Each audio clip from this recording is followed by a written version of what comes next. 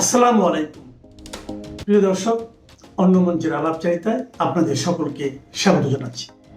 আসসালামু আলাইকুম এবং আদাব। হঠাৎ কি এমন হলো, এই যে সামাজিক যোগাযোগ মাধ্যমের ইনফ্লুয়েন্সার কিংবা 2024 সালের জুলাই আগস্টে যারা রেজিম চেঞ্জের ছিল, যাদের বলা হয় জুলাই যোদ্ধা, তাদের মধ্যে কেমন যেন একটা ভীতি কাজ করছে, একটা আতঙ্ক কাজ করছে। তাদের অনেকেই দেশ ছেড়ে চলে গেছে কিংবা যাবার চেষ্টা করছে। আবার কেউ কেউ অনুশোচনা, আত্মগ্লানিতে ভুগছে। তারা বলছে যে আমরা প্রতারিত হয়েছিলাম, আমরা বুঝতে পারিনি, আমরা ভুল করেছি। তো আসলে ঘটনাটা কি হলো? গত পরশুদিনের একটা সত্যি ঘটনা দিয়ে শুরু। ঢাকার গোপীবাগের ঘটনা। একজন তরুণী, সে রাস্তার পাশে তালের শ্বাস বিক্রি করছিলেন একজন। তো সেখানে গিয়ে সে কয়েকটা তালের শ্বাস খেয়েছে। তালের শ্বাস খাওয়ার পরে ওই বিক্রেতা তার কাছে বলেছে যে টাকা দেন। তা বলেছে, কিসের টাকা? তুই আমার কাছে টাকা চাস? তোর এত বড় সাহস? তুই জানিস আমি কে? আমি জুলাই যোদ্ধা। তো এখন বিক্রেতা তো গরিব মানুষ, চুপ করে আছে। তো আশেপাশে যারা ছিলেন তারা কিন্তু এই বিষয়টা খেয়াল করেছে এবং একজন তরুণী হওয়া সত্ত্বেও আশেপাশের মানুষ যা তাকে কিল ঘুষি শুরু করছে। তুই কিসের জুলাই যোদ্ধা? তুই তালের শ্বাস খাইছিস, তুই টাকা দিবি? গরিব মানুষের সাথে বলে তারে বেদম মায়। একটা ছোট্ট ঘটনা, কিন্তু এটাই জুলাই যোদ্ধাদের বর্তমান অবস্থা। এবং এই জুলাই যোদ্ধারা, এদের একটা বড় অংশ 5ই আগস্ট 2024-এর পরে চাঁদাবাজিতে মেতে উঠেছে, মব সন্ত্রাসের ঘটনা ঘটিয়েছে। এবং যারা চাঁদাবাজি করেছে, মব সন্ত্রাস করেছে, এদের অধিকাংশের ব্যাকগ্রাউন্ড একটু অ্যাসেস করে দেখা গেছে যারা আসলে খুবই অত দরিদ্র পরিবার থেকে এসেছে। এবং মানে তারা এই সুযোগে they wanted to make their fortune. অনেক টাকা তারা উপার্জন করেছে। এই যে গাজীপুরে একটা মেয়ে বলতে বাধ্য হয়েছে যে আমরা জুলাই যোদ্ধা না। মানে জুলাই যোদ্ধাটা একটা গালি, এটা একটা কলঙ্ক আর কি। সো এই কলঙ্কের দাগ কেউ আর গায়ে নিতে চাচ্ছে না। তারা গণভবনে চুরি করে ছিল বলে যে ভিডিও আমরা দেখেছিলাম, সেটাও তারা অস্বীকার করে বলছে যে না, এটা আমরা বাইরে শুট করেছি, আমরা গণভবনে যাইনি। যা হোক, এছাড়াও আপনারা দেখেছেন যে সক্রেটিস মাহফুজ, এই ইউনূস সরকারের ছাত্র বিষয়ক উপদেষ্টা, এবং যাকে ডক্টর ইউনূস বিল ক্লিনটনের সামনে নিউ ইয়র্কে মাস্টার মাইন্ড বলে পরিচয় করিয়ে দিয়েছিলেন, সেই মাস্টার মাইন্ড মাহফুজ দুদিন আগে ফেসবুকে একটা স্ট্যাটাস দিয়েছে, অনেকগুলো দীর্ঘ একটা স্ট্যাটাস দিয়েছে। কিন্তু এই মাহফুজ যখন দায়িত্বে ছিল তখন কিন্তু এই মপতন্ত্রের বিরুদ্ধে একটা শব্দ উচ্চারণ করেনি। তখন কিন্তু সে এই 24কে গ্লোরিফাই করার চেষ্টা করেছে। তার আপন ভাইকে রেড ক্রসের বোর্ডে ঢুকাইছে, আরেক ভাই ইলেকশন করে হারছে। তো এখন যেহেতু কোথাও নেই, নিজেকে আলোচনায় রাখবার জন্য এইসব স্ট্যাটাস দিচ্ছে। কিন্তু এই মাহফুজদেরও বিশ্বাস করবার কোনো কারণ নেই। চিন্তা করছে যে জুলাই যোদ্ধা ইনফ্লুয়েন্সাররা ব্যাপক আতঙ্কে আছে। এরা মানুষজনের ঘৃণায় বাস করতেছে, রাস্তাঘাটে মানুষজনেদের ডাকাডাকি করে, সুযোগ মতো পাইলে এরাই এখন মবের শিকার হচ্ছে। তো এখন এই রাষ্ট্রদূত এদের বাসায় গেছে একটা মেসেজ দিতে যে তোমরা ভয় পেও না, আমরা তোমাদের সাথে আছি। আরেকটা ব্যাখ্যা যেটা পেয়েছি যে এই ডিপ স্টেট বা এই বেন ক্রিস্টেনসেনরা আবার নতুন করে একটা ভোট পাকানোর চেষ্টা করছে এবং সেই কারণে তারা এ ধরনের ইনফ্লুয়েন্সারদের আবার অর্গানাইজ করার চেষ্টা করছে। কিন্তু ব্যাপকভাবে সেই আগের মতো সাড়া আর পাওয়া যাচ্ছে না। এবং একটা শ্রেণী, বিশেষ করে শিল্পী যারা আছে, তাদের মধ্যে এই অগাস্টের 5 তারিখে যে উল্লাস দেখা গিয়েছিল, 4 তারিখে যা বিক্ষোভ দেখা গিয়েছিল, এখন তারাও রিয়েলাইজ করছে যে they made a huge mistake. প্রিয় বন্ধুরা, আজ এ পর্যন্ত। দর্শকদের সালাম, নমস্কার এবং শুভেচ্ছা। আসলে বাংলাদেশে তো এখন জঙ্গি নাই। আপনারা এইভাবে বদনাম করেন কেন এই সরকারের বিরুদ্ধে? জঙ্গি শব্দ তো নাকি আওয়ামী লীগ উচ্চারণ করে, আওয়ামী লীগ যারা ধরে তারই জঙ্গি বানায়। যে আওয়ামী লীগের সময় বলা হয়তো সঙ্গে থাকলে সঙ্গী, না থাকলে জঙ্গি, এগুলো স্লোগান দিয়েছিল। এখন এরা কার সঙ্গী কার কি আমরা তো বুঝে উঠতে পারতেছি। আর আপনি যে সুন্দর আলাপ করলেন ম্যাজিস্ট্রেটে, মনে হয় যে জামাই বাড়ি গেছে। জঙ্গিরা মনে হয় আদালতে তো যায় নাই, জামাই বাড়ি গেছে। যা আপনি যেভাবে ম্যাজিস্ট্রেট সাহেবের এখন খোঁজ নিয়ে দেখেন, ওই ম্যাজিস্ট্রেটই আবার জঙ্গি কিনা। এখন তো আমার সন্দেহ হয় ম্যাজিস্ট্রেটই আবার জঙ্গিটাই আবার ম্যাজিস্ট্রেট কিনা। কারণ যে কোনো জঙ্গির প্রতি এত সুন্দর আচরণ তো আমরা প্রথম দেখলাম।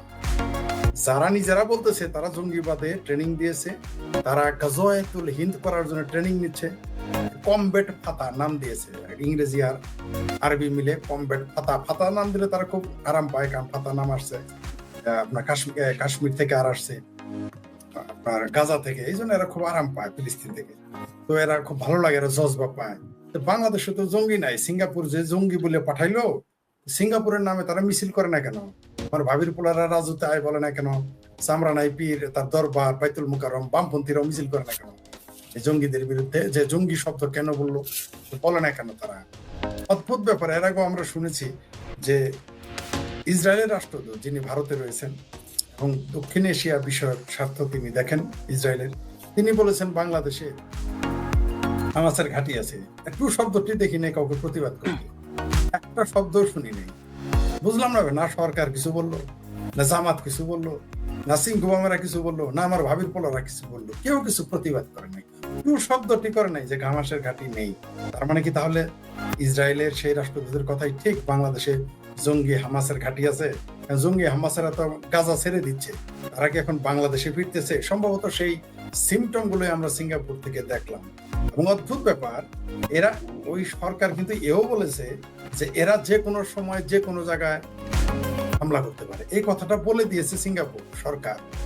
নিশ্চয়ই এটা ভারত বলে দেয় নাই। যদি এটা ভারত ধরতো তাহলে তো বলতো সাধারণ নাটক, এমনকি আমেরিকা ধরলেও বলতো এটা নয় নাটক। কিন্তু সিঙ্গাপুরের ব্যাপারে তো কোনো পৃথিবীর কেউ বলতে পারে, পৃথিবীর সবচেয়ে দুর্নীতি মুক্ত দেশের এখানে 1 থেকে 2 বা 3 এর মধ্যেই থাকে তারা, 1, 2, 3 থাকে। তাহলে সেই দেশের বিরুদ্ধে আপনি কি স্লোগান দেবেন? এটাকে মালয়েশিয়া থেকে ফেরত দিয়েছে আমাদের বর্তমান এমপি মুফতি আমির হারামজাদা, ও না আমির হামজা, তার বিরুদ্ধে বিদেশে এরকম অভিযোগ রয়েছে। তো এই যে আপনি বললেন জঙ্গি আছে কি না, আমরা তো জানি দেশে জঙ্গি আছে, জঙ্গির ঘাঁটি আছে। এমনকি ইউনিশ সরকারকে 19টা ঘাঁটির সন্ধান দিয়েছিল যেখানে জঙ্গি ট্রেনিং দেওয়া হয়। জঙ্গি আমাদের জামালপুরে আছে, জঙ্গি শেরপুরে আছে, আমরা মিছিল দেখতেছি। সারা বাংলাদেশেই তো জঙ্গি আছে, জঙ্গি কোথায় নাই? বরং এখন জঙ্গিদের যে হারে জামায় আদর করা হচ্ছে আদালতে, সাধারণত একটা মুরগি চুরি করলে তার অবস্থা কেরাসিন হয়ে যায়, থানায় গেলে রিমান্ডে নিলে। এরা দেখি মানে আপনার ভাষাতেই, ম্যাজিস্ট্রেটের ভাষাতে, তাদের ভাষাতে এদের কোনো কিছুই করা হয় নাই। তারা নিজেরাই বলতেছে কি কি করতেছে। তারা এমনও বলেছে যে বাংলাদেশের যারা মুক্ত চিন্তক তাদেরকে হত্যা করবে বলে তারা পরিকল্পনা করছে। এই খবর আমরা পেয়ে গেছি। তারা রিমান্ডে নেওয়ার আগেই কি কি বলছে থানায় আমরা সব খবর পেয়ে গেছি। সেইখানে আমাদের পরিচিত কারো নাম আছে, সেখানে আমারও নাম আছে। এরা আমাদের মারতে চেয়েছে, নামগুলো বলেই দেই। সেখানে বাংলাদেশের হাফেজ ইমরান বিন বশির, হাফেজের নাম শেখ ফরিদ সহ এদের হত্যা করার জন্য পরিকল্পনা করেছে এরা। রিমান্ডে তারা এটাও বলেছে, কিন্তু এটা কিন্তু পত্রিকায় আসে নাই, এটা পত্রিকায় বলে নাই, আমরা জানি। এবং তারা বাংলাদেশের যারা এই মুহূর্তে বাংলাদেশে থেকে বাইরে চলে গেছে তাদের নিয়েও তাদের পরিকল্পনা আছে, এই খবর আমরা পেয়েছি। এবং বাংলাদেশের ওই রিমান্ডে যখন নেওয়ার সময় যারা যারা সাংবাদিক উপস্থিত ছিলেন তারা এই ঘটনা জানেন। ইভেন এই জঙ্গিরা প্রশিক্ষণ আজ নতুন নিচ্ছে না। তো আপনি বললেন যে ওই যে এনসিপি তাকে বহিষ্কার করছে, এগুলো তো ফাতরামি। ওরা নিজেরাই তো জঙ্গি। মাহফুজ নিজেই তো জঙ্গি, ঠান্ডা মাহফুজ নিজেই তো জঙ্গি, আমার ভাবির পোলা কালাপাড়া নিজেই তো জঙ্গি, মাসিপাড়া নিজেই তো জঙ্গি, নিজেরাই তো জঙ্গি। আবার জঙ্গিরে কিভাবে বহিষ্কার করে? আর এতদিন যদি এখন বললামই তো, যদি এখন আওয়ামী লীগ ক্ষমতায় থাকতো বলতেন যে এগুলো সব নাটক। মৌলবীদের এখন কোনো কথা নাই। এক মৌলবী তো বলেই ফেলেছিল যে দাড়ি টুপি দেখে এদের জঙ্গি ফতোয়া দিছে, জঙ্গি হিসেবে ধরে নিয়ে আসছে। পরে যখন তারা স্বীকৃতি দিল, দেখলাম ওই যে বিক্রমপুরী নাকি বাটপাড়ি একটা আছে, সে সাথে সাথে বক্তব্য পাল্টাই ফেলছে। সাথে সাথেই প্রথমে বললো দাড়ি টুপি দেখলেই নিয়ে গেছে, চেহারা দেখেই তো বুঝো। আচ্ছা, আমাদের 3 জনের চেহারা দেখে কেউ জঙ্গি বলবে? আমরা যে 3 জন এখানে আছি, পৃথিবীর কোন ব্যক্তি, আমাদের যে চরম দুশ্মন আছে তারাও তো বলবে না আমরা জঙ্গি, কিন্তু ওদের চেহারা দেখলেই তো বোঝা যায় এরা জঙ্গি। এর জন্য তো রিমান্ডে নেওয়ার দরকার হয় না। আর আমি কিন্তু উদ্বিগ্ন, জঙ্গি ধরা পড়ছে এই জন্য উদ্বিগ্ন নই, জঙ্গি আছে এই জন্য উদ্বিগ্ন নই। আমি উদ্বিগ্ন হয়ে গেলাম আপনি যে রেফারেন্সটা দিলেন, ম্যাজিস্ট্রেট বলেছে তোমাদের পিটাই নেই তো, মানে ম্যাজিস্ট্রেট সাহেব পারে না তো তার মেয়ের, তার কাছে তার মেয়ে যদি অবিবাহিত থাকে বিয়ে দিবে, আর বিয়ে থাকলে তালাক দিয়ে একটা হাঙ্গাও দিত না। এত জামায়াতর করতেছে ম্যাজিস্ট্রেট সাহেব। সেই ম্যাজিস্ট্রেটের উপরে তদন্ত, এই ম্যাজিস্ট্রেটের উপরে তদন্ত করা উচিত যে এর মেন্টাল প্রিপারেশন কি, সে কার সাথে জড়িত। ওই রিমান্ডে যাদের নিচে ওদের না, আগে ম্যাজিস্ট্রেটের তদন্ত করা উচিত এর সাথে কার কানেকশন আছে দেশে বিদেশে, এগুলো জানতে হবে আমাদের। আর যারা বলতো বাংলাদেশের জঙ্গি না, এখন কেমন লাগে? বাংলাদেশের পুলিশ যাওয়ার পরেই দেখলাম কি সুন্দর ক্ষমতা উল্টায় বললো যেগুলো সব ছিল নাটক। এটাও কি নাটক? এগুলো নাটক, এখনো নাটক করতেছে। এখন তো আওয়ামী লীগ ক্ষমতায় নাই, আমরাও ক্ষমতায় নেই, তাহলে কারা নিল, কারা ধরলো? এখন তাদের জঙ্গি কে বলতেছে? এই যে পুরো বাংলাদেশটাকে যে জঙ্গি রাজে পরিণত করা হলো, জঙ্গিদের ছেড়ে দেওয়া হয় নাই জেল থেকে, জঙ্গিদেরকে ছেড়ে দেওয়া হয়নি। সে তো নিজেই অত বড় জঙ্গি, দেখেন সে নিজে বোমা ফোটায়, তা হাতে নিয়ে ভিডিও, সেগুলো তার মোবাইলে পাওয়া গেছে। তারপরেও কি সুন্দর ম্যাজিস্ট্রেট বলতেছে তোমাদের কিছু করে নাই, তো তাহলে জামাই আদর করেন আর কি করবেন, এছাড়া জামাই বানানো ছাড়া তোর উপায় নেই। আমি দোয়া করি ওই ম্যাজিস্ট্রেট সাহেবের মেয়েটে নাতি টাতি থাকলে তাদের কাছে বিয়ে দেখ, তাহলেই বরং ভালো হবে। ম্যাজিস্ট্রেটের নাতি হয়ে তখন নাতি হয়ে যাবে, তাদের আর ধরবে কে? আমাদের দেশটাকে পুরোটাই, আমাদের পুরো দেশটাকে একটা জঙ্গিবাদী রাষ্ট্র বানানো হয়ে গেছে। জঙ্গিতে ব্যাঙ্গের ছাতার মতো জঙ্গিতে গিজ গিজ করে, এবং এর পরিণতি কিন্তু একটুও কিন্তু ভালো হবে না। পাকিস্তানি সেকুলার এই শব্দটা বাংলাদেশে আপনারা কখনো আগে শুনেছেন? আমি ছাড়া কারো মুখে শুনেছেন? শুনেননি। আসলে জিনিসটা অবজার্ভ করে বের করা এমন কোনো কঠিন কাজ ছিল না। সমস্যাটা হলো আমাদের মুক্তিযুদ্ধের পক্ষের মানুষের পর্যবেক্ষণের সীমাবদ্ধতা। আমরা সবকিছু বুঝেছি, এদের সাথে আমাদের যে কখনোই মিলছে না সেটা আমরা বুঝেছি, কিন্তু কেন মিলছে না সেই জিনিসটা আবিষ্কার করা প্রয়োজন ছিল। সে ব্যাপারটাই আজকে বলবো। আমরা যদি 24শে জুলাই আন্দোলনে অংশগ্রহণকারী বুদ্ধিজীবী শ্রেণী দেখি, বদরুদ্দিন ওমর, সিরাজুল ইসলাম চৌধুরী, সলিমুল্লাহ, ফরহাদ মজার, মাহফুজানা, মতিউর রহমান চৌধুরী, ওই ঠোঁট পোড়াটাকেও মানে বিড়ি সিগারেট খাওয়া ছেলে ওই বুড়াকেও কি বুদ্ধিজীবী বলতে হবে? আচ্ছা বললাম, যদিও ওর কাজ হলো ষড়যন্ত্রমূলক, ঠিক। প্রথম আলো, ডেইলি স্টার, মতি মাহফুজ যেমন সমাজকে প্রভাবিত করে, চৌধুরী প্রভাবিত করতে পারে না, কিন্তু ষড়যন্ত্রমূলকভাবে অনেক কিছু করে। 12 নিচের দিকে যদি আমরা দেখি, জিল্লুর, তৃতীয় মাত্রার জিল্লুর, প্রধানমন্ত্রী তারেক রহমানের উপদেষ্টা জাহেদ, আরো কিছু আছে, ফাহাম আব্দুল সালাম, রেজাউল করিম, রনি, এইভাবে গোটা বুদ্ধিজীবী শ্রেণী, জনগণের সামনে পরিচিত বুদ্ধিজীবী হিসাবে এই শ্রেণীটা 2024 সালে জুলাই জঙ্গি উত্থানকালে সবাই লালবদর হয়েছিল। এবং এর মধ্যে তো মতিউর রহমান ঘোষণা করে দিয়েছে যে সে শেখ হাসিনা সরকারের পতন চেয়েছিল। অবশ্য এই ঘোষণা নিয়ে অনেকে অনেক ধরনের আলোচনা করেছেন। ঘোষণা করুক না করুক, এটা তো দিবালোকের মতো পরিষ্কার, এরা সবাই জুলাই জঙ্গি উত্থানকে ত্বরান্বিত করার জন্য যা যা করা লাগে, এদের অস্ত্র যা যা ছিল, যার পত্রিকা ছিল সে পত্রিকা দিয়ে, যার ইউটিউব ছিল সে ইউটিউব দিয়ে, যার ফেসবুক ছিল সে ফেসবুক দিয়ে জুলাই জঙ্গিদের অনুপ্রাণিত করেছে, তাদেরকে বিভৎস হতে সাহস জুগিয়েছে, তাদেরকে ঘরে ফিরতে না করেছে। শেখ হাসিনার সরকারের পতন হওয়া পর্যন্ত এরা যাতে বর্বরতা, নিষ্ঠুরতা, খুন জখম চালিয়ে যায়, সেগুলার পেছনে এরা চরম উৎসাহ দিয়ে গিয়েছে। 24শে জুলাইয়ের চরমপন্থার উত্থানের আগে আমরা প্রায় ভাবতাম যে ইউনূসের সাথে শেখ হাসিনার মিলন হয় না কেন, কিংবা প্রথম আলোর মতিউর রহমানের সাথে শেখ হাসিনার কোনো ধরনের মিলমিশ হয় না কেন। আমাদের কাছে কিন্তু ধাঁধা আছে, এবং এই ধাঁধাটা এই বক্তৃতা যারা শুনবেন না, আমার ধারণা তাদের সবার আছে, যে বোধহয় এক হয়ে যায়। আওয়ামী লীগের অনেক নেতাকে আমি বলেছিলাম যে প্রথম আলোর মতো একটা প্রতিষ্ঠান আপনারা গড়ে তোলেন। আমাকে এসটি ইমাম সাহেব বলেছিলেন যে প্রথম আলো তো অসাম্প্রদায়িকতার পক্ষে কাজ করে।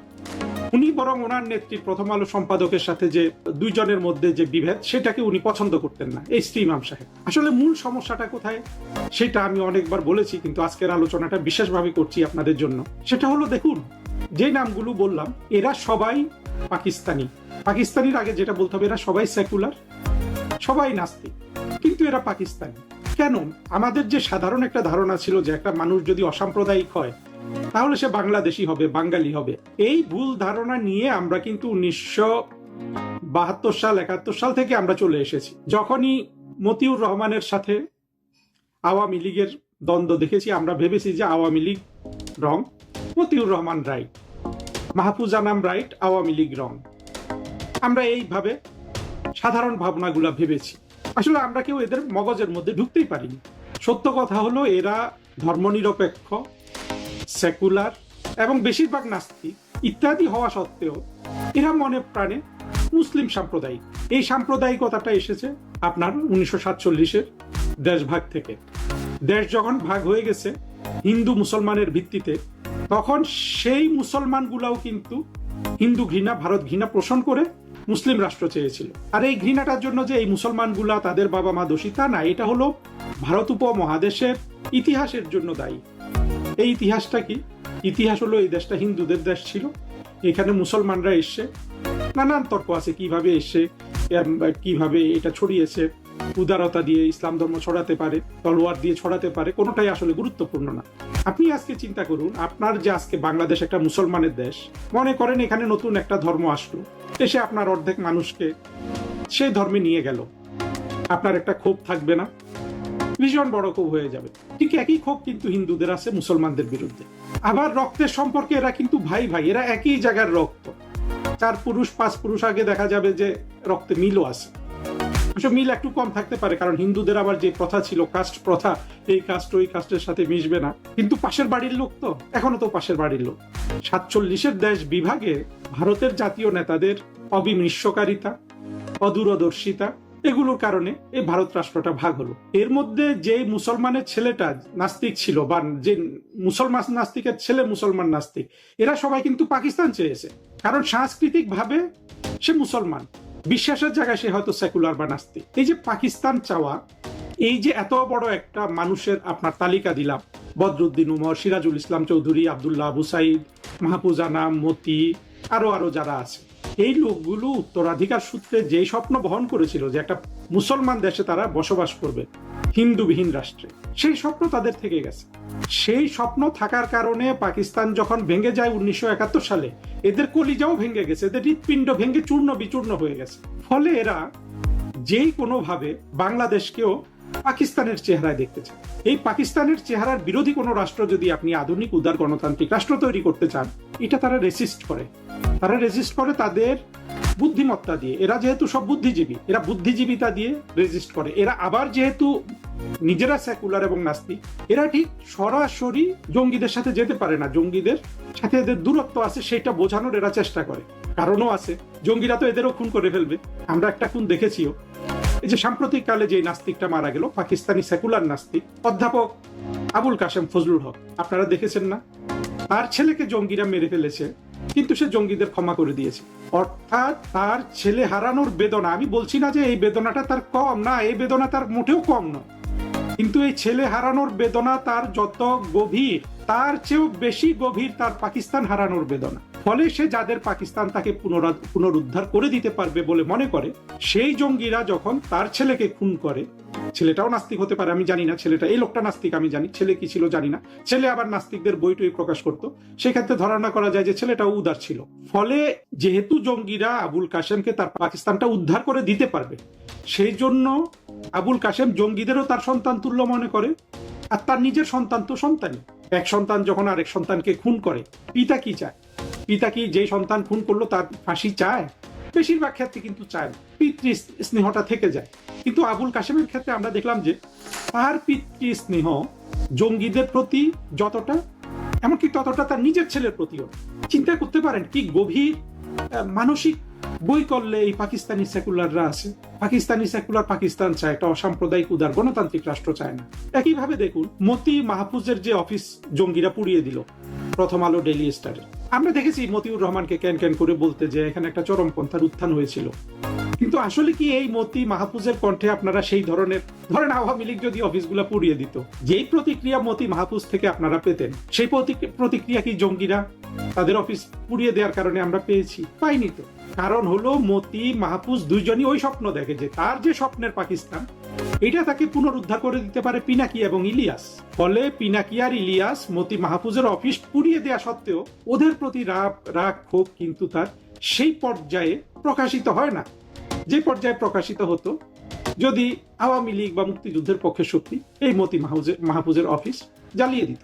চিন্তা করতে পারেন এদের পাকিস্তান প্রীতি কত গভীর। আমরা যদি এই দিক থেকে চিন্তা করি, আমরা বদরুদ্দিন উমর, সিরাজুল ইসলাম চৌধুরী, আবুল কাশেম ফজলুল হক, আব্দুল্লাহ আবু সাইদ, এরা যে বাংলাদেশের মূল স্রোতে মিশতে পারলো না, এরা যে বঙ্গবন্ধু শেখ হাসিনার সাথে আস্থার সম্পর্কে আসতে পারলো না, এখন কারণটা কিন্তু পরিষ্কার। আমাদের দুর্ভাগ্য, আমরা শেখ হাসিনাকে না বুঝে সবসময় এগুলোর জন্য শেখ হাসিনাকে দোষারোপ করেছি।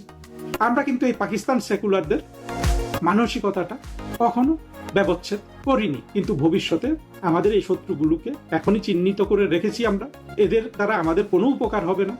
আমরা যে সামনে একটা অসাম্প্রদায়িক, উদার, গণতান্ত্রিক, সুখী, সমৃদ্ধ বাংলাদেশ গড়তে চাই, যে বাংলাদেশের হাতছানি আমরা এখনই দেখতে পাচ্ছি, সেই বাংলাদেশে আমরা কিন্তু পাকিস্তানি কোনো সেকুলারকে তার সেকুলারগিরি, তার বুদ্ধিজীবিতাগিরি এগুলো করে 24-এর জঙ্গি উত্থানের মতো আরেকটা উত্থান ঘটাতে পারবে, সেই সুযোগ কিন্তু আর কখনো দেব না।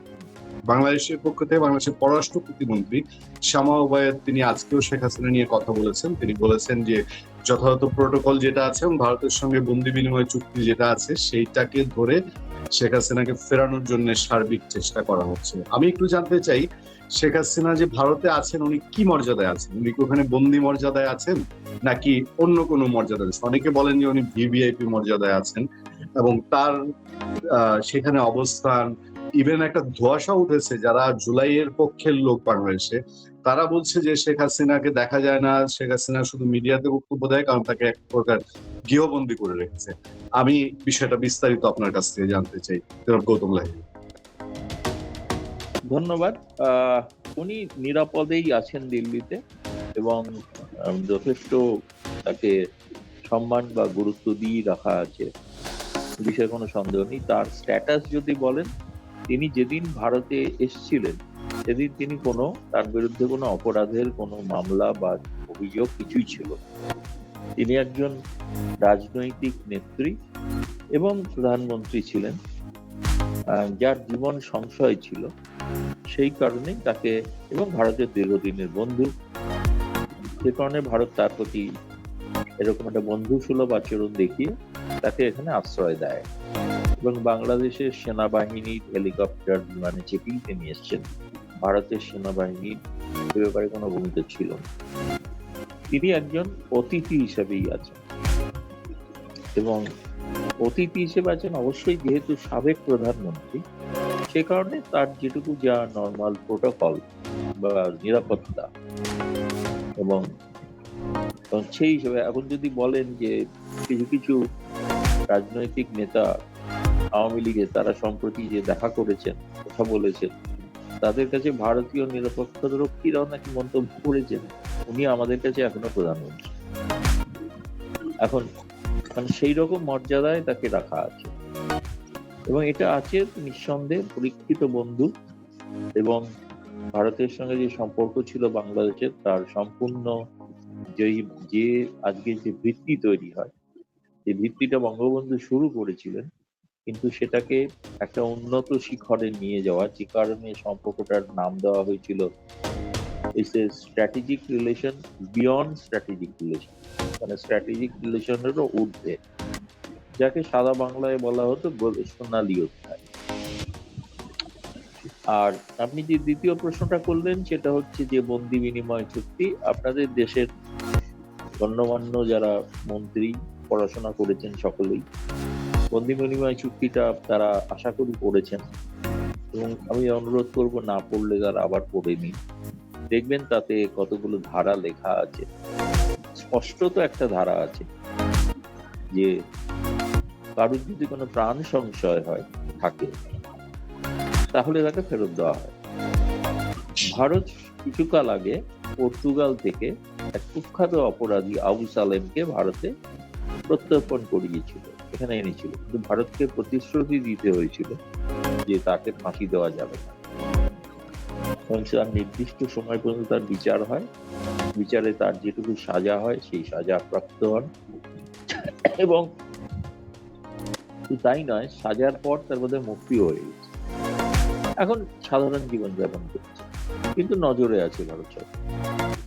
ফলে ভারতের ক্ষেত্রে এটাই হচ্ছে বন্দি প্রত্যর্পণ চুক্তি ভারত বাংলাদেশের মধ্যে রয়েছে। কারো যদি জীবন সংশয় থাকে, অর্থাৎ বাংলাদেশ সরকার যদি এখন বলেন যে না আমরা তাকে ফাঁসি দিচ্ছি না, তার বিচার করব, তার অপরাধ বলে যেগুলো আছে সেগুলো, সেই বিচারের সম্মুখীন হতে কিন্তু শেখ হাসিনা রাজি, এখানে অরাজি নন। তিনি বলেছেন তাকে নিয়ম অনুসারে, ন্যায় বিচারের নিয়ম অনুসারে আত্মপক্ষ সমর্থনের সুযোগ দিতে হবে এবং তার যে আইনজীবী যে আইনজীবী সরকার ঠিক করবে না, সেই আইনজীবী তিনি তার পছন্দের আইনজীবী নেবেন, যেটা যে কোনো অপরাধের ক্ষেত্রেই তাই হয়ে থাকে না। আমি যদি অপরাধী হই, আমার বিরুদ্ধে যে অভিযোগ হয়, আমাকে যদি ভারত সরকারের কোনো আদালতে হাজির হই, তা আমি তো আমার পছন্দের আইনজীবী যাব না, যাকে আমি উপর ভরসা রাখি, আস্থা রাখি। কিন্তু আপনাদের ওখানে ইন্টারন্যাশনাল ক্রাইম ট্রাইব্যুনাল বলে যেটা ঘটেছিল, ওটা একটা ক্যাঙ্গারু কোর্ট, এবং যার ভিত্তিতে গোটাটাই হচ্ছে হাস্যকর। আমি সেটাকে মানে বিভ্রান্তিকর বলছি না, বলছি ওটা হাস্যকর। এই কারণে হাস্যকর, এই পল ভলকারের রিপোর্ট লেখা আছে শেষে যে এটা সবটাই কিন্তু প্রমাণ সাপেক্ষ তা নয়, অথচ সেটার ভিত্তিতে তাকে শাস্তি দেওয়া হয়ে গেছে। আর বহু চর্চিত বিষয়, কোর্ট কিভাবে তৈরি হয়েছিল, কারা ছিলেন, কারা আইনজীবী ছিলেন, কারা বিচারক ছিলেন, তাদের আদৌ যোগ্যতা আছে কিনা বিচারপতি হওয়ার, এসব প্রশ্ন তো আছেই। ফলে আমার মধ্যে কথা হচ্ছে, প্রত্যর্পণ হতে পারে এক, যদি ওই শর্তগুলো যদি বাংলাদেশ সরকার মানে। এক, তার জীবনহানি হবে না, জীবনের কোনো সংশয় থাকবে না, আর ন্যায় বিচারের সুযোগ দিতে হবে।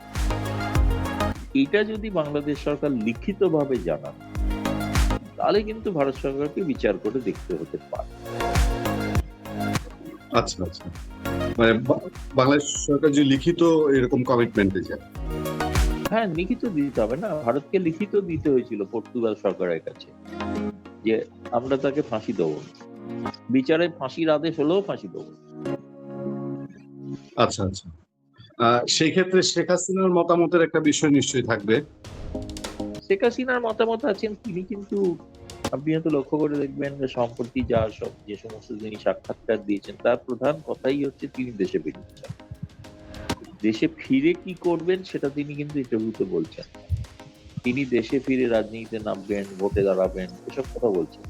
ও যে নিজের জন্মস্থানে তিনি ফিরতে চান, হয়তো গোপালগঞ্জে ফিরতে চান, টুকরিপাড়ায় যেতে চান,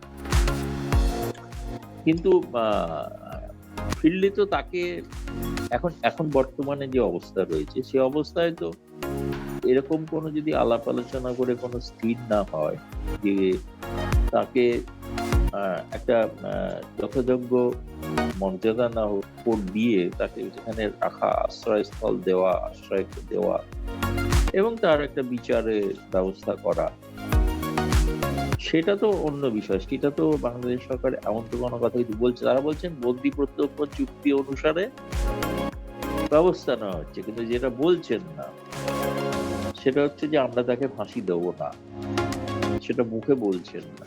এই প্রশ্নটা সাংবাদিকদের করা উচিত। প্রত্যর্পণ চুক্তি অনুসারেই ফেরত হতে পারে, কিন্তু আপনি ফাঁসি দিলে সেটা ফেরত হয় না। তাহলে কি ফাঁসিটা বাদ দিয়ে অন্য কোনো বিচারের কথা বলছেন? এটা কি ভারতকে জানিয়েছেন? দাদা, জি, সেই ক্ষেত্রে মানে এই বিষয়ে কি ভেতরে ভেতরে কোনো কিছু আগাচ্ছে বলে আপনার ধারণা? দেখুন, ভেতরে ভেতরে যদি হয়েই থাকে, একটা তো নিশ্চয়ই আমার নিজের সন্দেহ, মানে তার কোনো প্রমাণ। তুমি জানেন যে কতগুলো মানুষ, কতগুলো নেতা যখন খুব জোর দিয়ে কিছু কথা বলে, সেটা হচ্ছে তার কনস্টিটিউয়েন্সিকে সেটা শোনানোর জন্য, কিন্তু আদতে কি তিনি সেটা করছেন? তাকে দেখাতে হয় প্রচন্ড ভারত বিরোধিতা, তাকে দেখাতে হয়। এই প্রসঙ্গে তো আপনাকে অন্য একটা কথা বলি, মানে যার সঙ্গে যোগসূত্র আছে, সেটা হচ্ছে যে ভারত সরকারের সঙ্গে বাংলাদেশ সরকারের একটা অন্য স্তরে, মানে কূটনৈতিক চ্যানেলেই যদি বলেন, অফিসিয়ালি না হলেও আনঅফিসিয়ালি কথা হচ্ছে, বিশেষ করে তারেক রহমানের চীন, মালয়েশিয়া সফর। সেক্ষেত্রে তাদের একটা বক্তব্য আছে, বক্তব্যটা ভারত সরকার কিন্তু স্বীকার করে। সেই বক্তব্যটা হচ্ছে যে শেখ হাসিনা যেভাবে ডিপ্লোমেসি করতেন, সেই ডিপ্লোমেসি তো বিএনপি সরকার একই রকম করবেন, তাহলে তারা আলাদা দল কেন, আলাদা কেন?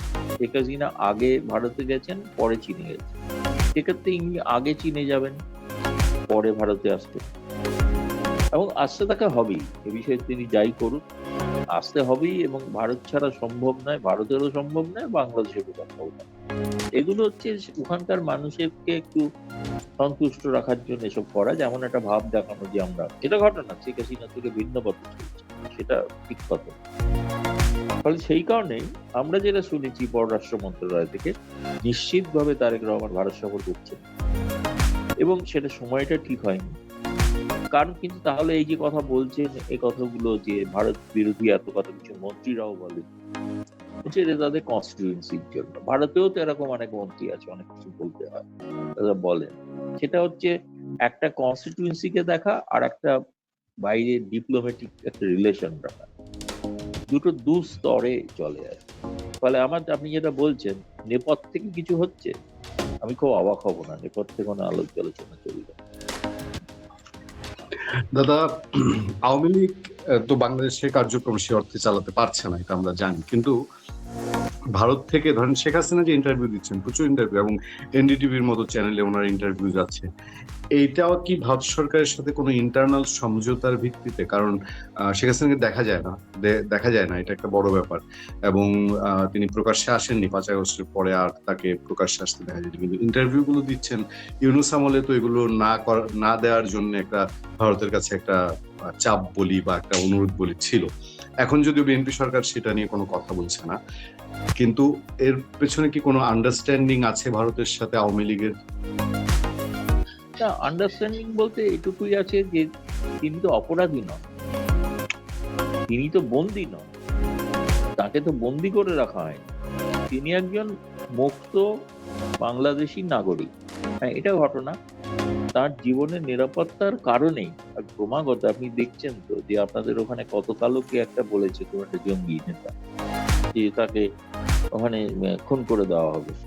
আমার তো মনে হয় তারেক রহমান সরকার উচিত এক্ষুনি তাকে গ্রেপ্তার করে জিজ্ঞেস করা দরকার যে এরকম কেন কথা সে বলছে, যেগুলো গণমাধ্যমে দেখতে পাচ্ছি, সোশ্যাল মিডিয়ায় দেখতে পাচ্ছি। তার তো জীবনের একটা নিরাপত্তার বিষয় আছে, ফলে সেই কারণে তার চলাফেরার ব্যাপারে কিছু নিয়ন্ত্রণ আছে। কিন্তু তিনি কি করবেন, তিনি, এটা তো প্রথম কথা হচ্ছে ভারত তো বাংলাদেশ নয়। ভারতের সাংবাদিকের মুখ বন্ধ রাখতে পারেন, সাংবাদিককে লিখতে বারণ করতে পারেন, সবই করতে। এমনকি এখানে আমি বলছি, আপনি হয়তো শুনলে অবাক হতে পারেন, যে আমাদের শেখ হাসিনার যখন ক্রমাগত ইন্টারভিউ বেরোচ্ছিল এবং বেরোচ্ছে লাগাতার, তখন এখানকার হাই কমিশন থেকে এরকম উৎসাহ প্রকাশ করা হয়েছে সেই সব সংবাদ মাধ্যমের কাছে, শেখ হাসিনার ইন্টারভিউ তো আপনারা ছাপছেন, তা আমরা কি ছাপবো, ভারতীয় মিডিয়া কি ছাপবে, সেটা কি বাংলাদেশের হাই কমিশন ঠিক করে দেবে না বাংলাদেশের সরকার ঠিক করে দেবে? আমরা কি বাংলাদেশের কি অন্তর্গত কোনো রাষ্ট্র? এখানে স্বাধীনতা আছে সকলের।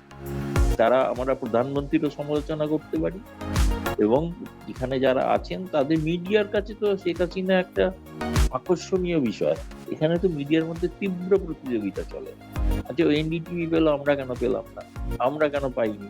পরের দিন এডিটোরিয়াল মিটিং এ তাদেরকে ধমকাচ্ছে এডিটর, এনডিটিভি পেয়ে গেল, তুমি টাইমস নাও, তুমি রিপাবলিক টিভি পেলে না, কি ব্যাপার, তোমার ব্যর্থতা, তুমি তারা এখন মরিয়া হয়ে চেষ্টা করছে আবার একটা ইন্টারভিউ। আর তিনি সময় বুঝে ইন্টারভিউ দেন, এবং ইন্টারভিউটা দেওয়ার একটা কারণ ছিল, যেটা শুরু হয়েছিল, যেটা যে 23শে জুন আওয়ামী লীগের প্রতিষ্ঠা দিবস, এই দিবসে বলতে তিনি একটা সাইন্ড আর্টিকেল লিখেছিলেন। সেই আর্টিকেলটা আমিও পেয়েছিলাম, আমিও আমার মতো আমার গণমাধ্যমে আমি ছাপিয়েছি। সেটার ভিত্তিতেই তিনি কেউ, এবং ইন্ডিয়ান এক্সপ্রেসের কাগজে পুরো আর্টিকেলটা ছাপা হয়েছে, এবং বাংলাতে ছাপা হয়েছে কিছু জায়গায়। আর আপনার ওই তারপরে এনডিটিভি সেটা হয়তো কথা বলে নিয়েছে তার সঙ্গে, যে এটাকে তারা ইন্টারভিউ, কারণ ওই যে সাইন্ড আর্টিকেল, সেই আর্টিকেলটার সঙ্গে ইন্টারভিউটার কিন্তু খুব একটা ফারাক নেই, একই বিষয়। ফলে এখানে ভারত সরকার তো আপত্তি করতে গেলে তো ভারত সরকারকে আপত্তি করতে হবে ভারতীয় মিডিয়াকে, ভাই তুমি শেখ হাসিনা ইন্টারভিউ নেবে না, এরকম তো কিছু বলেন। ফলে এটা তো কোনো আন্ডারস্ট্যান্ডিং এর বিষয় কিছু না। আর আমি তো এখনো বলছি, আবারও বলছি, দেখুন, অভিজ্ঞতা থেকে বন্ধু শত্রু চেনা যায় না। 15 বছরের অভিজ্ঞতা তো ভারতের কাছে সুখকর ছিল না।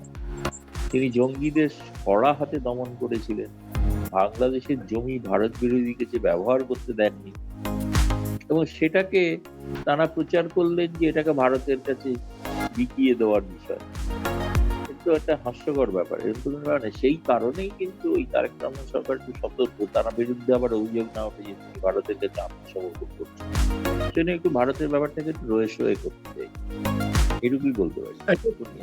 একটা প্রশ্ন কিন্তু দাদা আমাদের দেশে উঠে যে এই যে বলা হয় যে শেখ হাসিনা ভারতের কাছে বাংলাদেশ বিক্রি করে দিয়েছে, সমানে গোলামি চুক্তি করেছে, কিন্তু ইউনূস তো তার এই 18 মাসের শাসনে একটাও দেখাতে পারলো না। ইভেন আসিফ নজরুল বলেছিল 26 লাখ ভারতীয় বাংলাদেশে কাজ করে, তার একজনকেও তারা ফেরত পাঠায়নি। বাংলাদেশে এটা বিস্তর আলোচনা আছে, মানে এরকম একটা। আমি কিন্তু তাদের কথা বলবো না, আমি বর্তমান সরকারও যেটা আছে তারাও সেই চুক্তিগুলো প্রকাশ করে দেখাক না, তারাই বা প্রকাশ করছেন না, বা বাংলাদেশের সাংবাদিকরা কেন তাদের প্রশ্ন করছেন না আসলে চুক্তিগুলো প্রকাশ করে দেখান। কারণ অনেকগুলো চুক্তি তো ওয়েবসাইটে অ্যাভেলেবেল, গঙ্গা চুক্তি ওয়েবসাইটে অ্যাভেলেবেল, আপনি দেখতে পারেন কি লেখা আছে সেখানে। সব চুক্তি হয়তো প্রকাশ্যে হয়তো আসেনি, প্রকাশ করা হয়নি, তো ওনারা বলছেন যে চুক্তিগুলোতে বিক্রি করে দেওয়া হয়েছে। আমি বলবো সবচেয়ে আগে ওরা যেটা দেখান, প্রকাশ করুন, সেটা হচ্ছে ভারত বাংলাদেশ স্থল সীমান্ত চুক্তি, সেটা দেখান। আর ভারত বাংলাদেশ সমুদ্র সীমানা চুক্তি, সেই দুটো চুক্তি প্রকাশ করুন।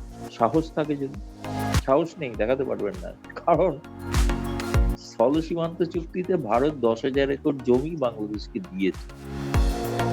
সমুদ্র সীমানায় আন্তর্জাতিক ট্রাইব্যুনাল বাংলাদেশের পক্ষে রায় দিয়েছে, ভারত তার প্রতিবাদ করে, তাতেও বেশি এলাকা পেয়েছে।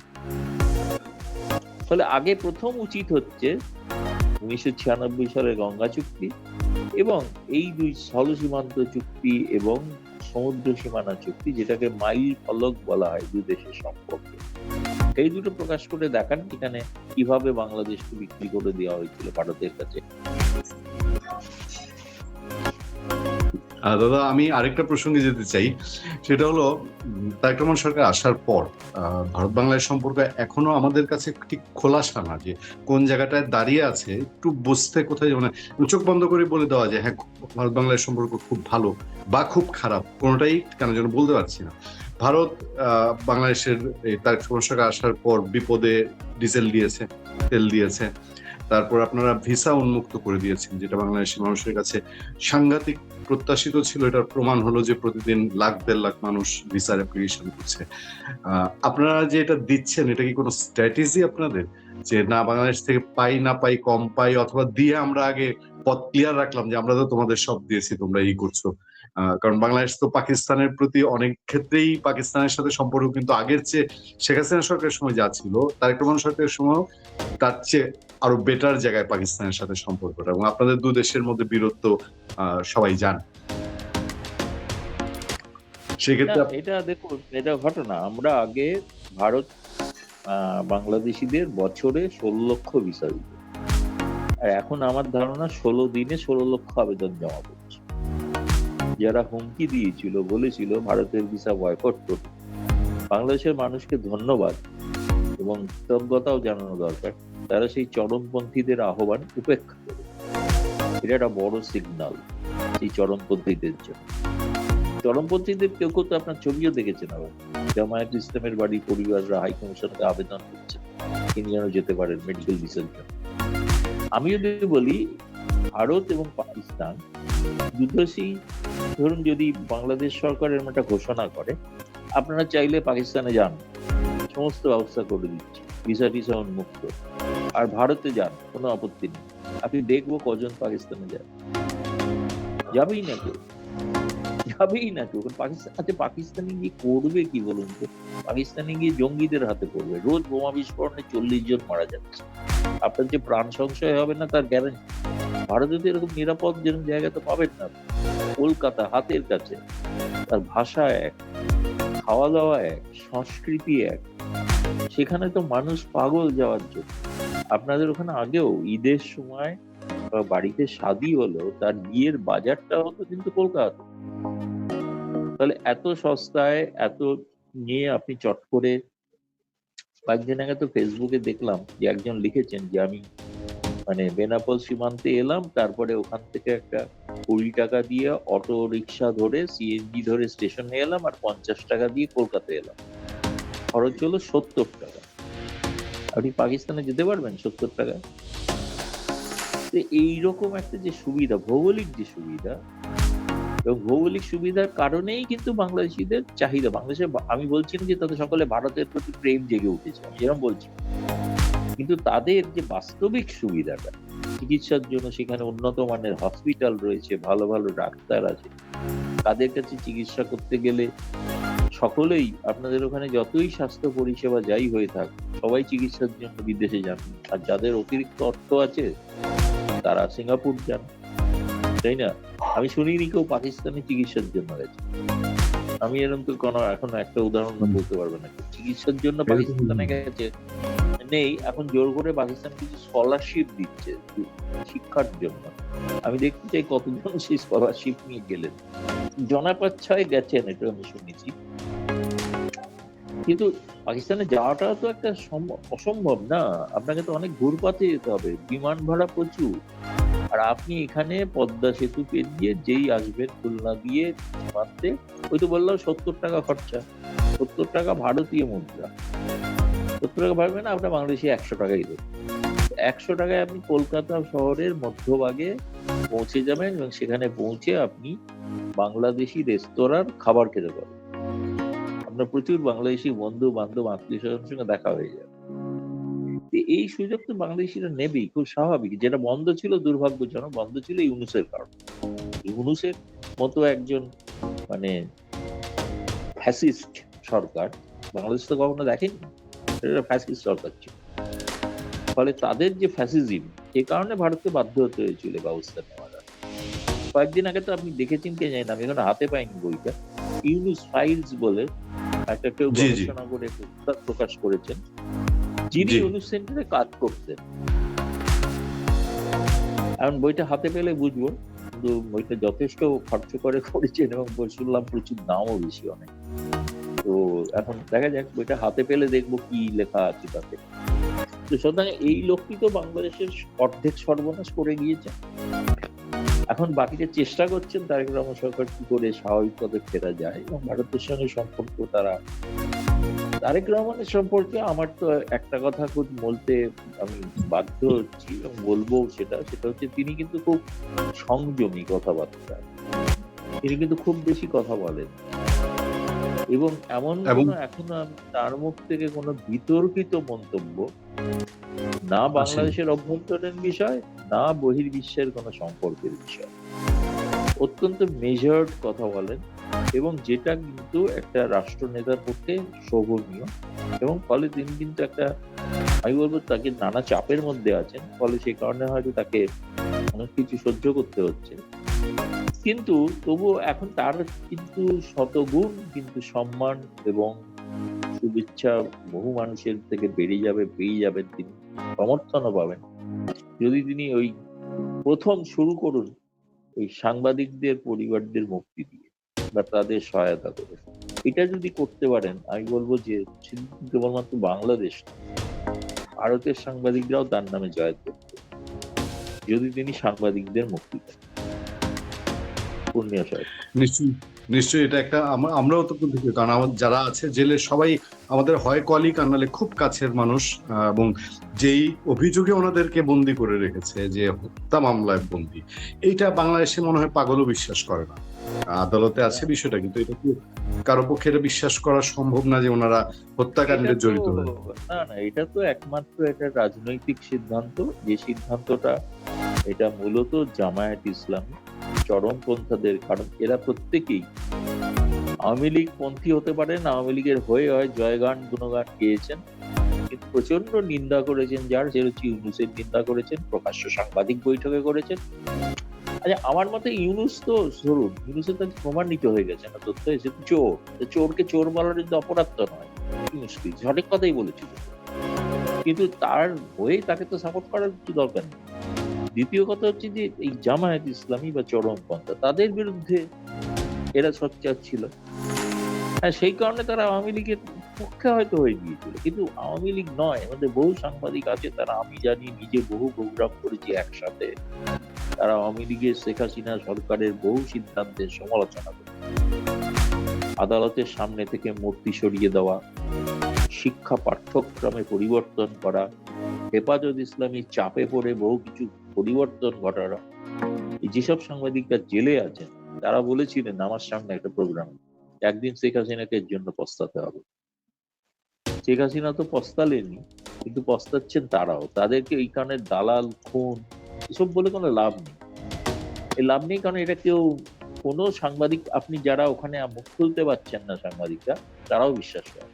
তো আপনারা যাকে এখন অ্যাপয়েন্টমেন্ট দিলেন নিউ ইয়র্কে, যিনি জাতিসংঘে শান্তির দূত, তো নিউ ইয়র্কের রাষ্ট্রদূত হওয়া মানে শান্তির দূত, তিনি তো অ্যামনেস্টি ইন্টারন্যাশনালে দীর্ঘকাল কাজ করেছেন। এই অ্যামনেস্টি ইন্টারন্যাশনাল তো এই সাংবাদিকদের মুক্তির দাবি করেছিলেন। তিনি বাংলায় নিউ ইয়র্কে গিয়ে জাতিসংঘে, তাকে তো প্রথম এই প্রশ্নটা ফেস করতে হবে যে আপনারা যে ডিমান্ড করেছিলেন, আজও আপনি কি বিশ্বাস করেন কি করেন না? আপনি যদি না করেন, আপনি কি প্রকৃত শান্তির দূত? আপনাকে করতে হবে, বলতে হবে তো এটা।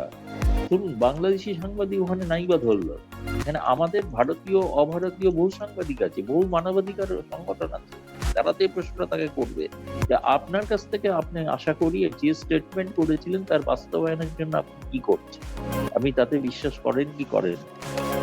তিনি কি মানবাধিকার নিয়ে আর কথা বলার, তার যদি কোনো অধিকার থাকবে, তিনি যদি এই বিষয়ে কোনো সোচ্চার না হন, বা তারেক রহমান সরকার তাকে এটা পুরস্কৃত করেছেন অ্যামনেস্টি ইন্টারন্যাশনালের, এবং সেটা নিয়ে আমি শুনেছি পররাষ্ট্র মন্ত্রণালয়ে নানা রকম বিতর্ক আছে।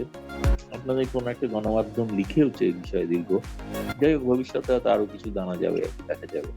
সেটা প্রশ্ন না, মৌলিক বিষয়টা হচ্ছে যে সত্যি যদি আপনি গণতান্ত্রিক অধিকারে, মানবাধিকারে বিশ্বাসী হন, তাহলে এই ব্যাপারে আপনি একটা দৃষ্টান্তমূলক কোনো ব্যবস্থা নিয়ে দেখান, তবে মানুষের আপনাদের প্রতি আস্থা, বিশ্বাস বাড়বে, সম্মান বাড়বে, শুভেচ্ছা বাড়বে। ঢাকাকে সেফ সিটি বানাতে পাকিস্তানের সাহায্য চাইল আমাদের বাংলাদেশের মুসলেকা সরকারের মুসলেকা স্বরাষ্ট্রমন্ত্রী, আমাদের স্বরাষ্ট্রমন্ত্রী, যিনি বলেছেন 50 বছর আর আওয়ামী লীগ ফিরবে না। আমাদের সেই স্বরাষ্ট্রমন্ত্রী আরো বলেছেন যে দিল্লিতে আওয়ামী লীগের দাফন হয়ে গেছে আর আওয়ামী লীগ ফিরবে না। কোন স্বরাষ্ট্রমন্ত্রী বলেছেন? যিনি 9টি বছর ভারতের শিলংয়ে ছিলেন। শিলং থেকে সে যদি বাংলাদেশের স্বরাষ্ট্রমন্ত্রী হওয়া যায়, তাহলে দিল্লি থেকে এসে কি কেউ প্রধানমন্ত্রী হতে পারবে না? আপনারাই আমাকে বলেন, আপনারাই বলেন। প্রশ্নটা আপনাদের কাছে রাখলাম। সেইবার আসে কি কি বলেছেন আমাদের শিলং স্বরাষ্ট্রমন্ত্রী। স্বরাষ্ট্রমন্ত্রীর পর্যায়ের বৈঠক হয়েছে আমাদের দেশে, মানে পৃথিবীর সেরা কৌতুক, মানে পৃথিবীর সেরা কৌতুক ছাড়া আর কি, যে পাকিস্তানে প্রত্যেক জুম্মাবারে তাদের মসজিদে বোমা হামলা হয়, প্রতিদিন কোথাও না কোথাও ভয়ঙ্কর সন্ত্রাসী হামলা হয়। গতকালও 42 জন পুলিশ আর সেনাবাহিনীর লোক মারা গেছে। এছাড়া নিয়মিত তারা মরছে এবং মারছে। যেই দেশে মসজিদ পাহারা দিতে হয় এলএমজি নিয়ে, এসএমজি নিয়ে, বহু আগে থেকেই, যেই দেশের আফগানিস্তানের সীমান্তবর্তী নিজেদের কোনো কর্তৃত্বই নেই, টিএলপি, টিটিপি এদের অত্যাচারে পাকিস্তানের সরকার অস্থির। সেই দেশের সরকারের কাছে, যাদের দেশে, মানে যাদের শহরে পৃথিবীর সবচেয়ে বড় সন্ত্রাসী আল কায়েদার লাদেনকে পাওয়া যায়, যেই দেশ নিজের সন্ত্রাস উৎপাদন ও রপ্তানি করে সারা দুনিয়া তা জানে, সেই দেশের কাছে ঢাকাকে সেফটি রাখার জন্য সহায়তা চায়। কে? তাও বাংলাদেশের স্বরাষ্ট্রমন্ত্রী। শুনেন কি কি বলছে আমাদের স্বরাষ্ট্রমন্ত্রী, মুসলেকা স্বরাষ্ট্রমন্ত্রী শিলং সালাউদ্দিন পাকিস্তানের কাছে সেফ সিটি ও পুলিশ প্রশিক্ষণের সহযোগিতা চেয়েছে বাংলাদেশ। এছাড়া আরো দেখেন, এখানেই ক্ষান্ত না, এছাড়া আবার বলি শিরোনাম, পাকিস্তানের কাছে সেফ সিটি ও পুলিশ প্রশিক্ষণের সহযোগিতা চেয়েছে বাংলাদেশ। এটা পৃথিবীর সেরা কৌতুক না? এই শতাব্দীরও সেরা কৌতুক হতে পারে। এছাড়া নিরাপত্তা সহযোগিতা, যারা নিজেরাই নিজের দেশে নিরাপদ রাখতে পারে তার কাছে নিরাপত্তা সহযোগিতা, মাদক চোরাচালান প্রতিরোধ, নগর নিরাপত্তা ও রোহিঙ্গা সংকট সহ বিভিন্ন বিষয়ে সহযোগিতা চাওয়া হয়েছে। এবার আসি মাদক চোরাচালান প্রতিরোধ। আপনারা জানেন যে 25 টন পপি বীজ বাংলাদেশে চলে এসেছে, মানে ধরা পড়ছে এটা। আর তাহলে যেগুলো ধরা পড়ে নাই তাগুলো কত আসছে?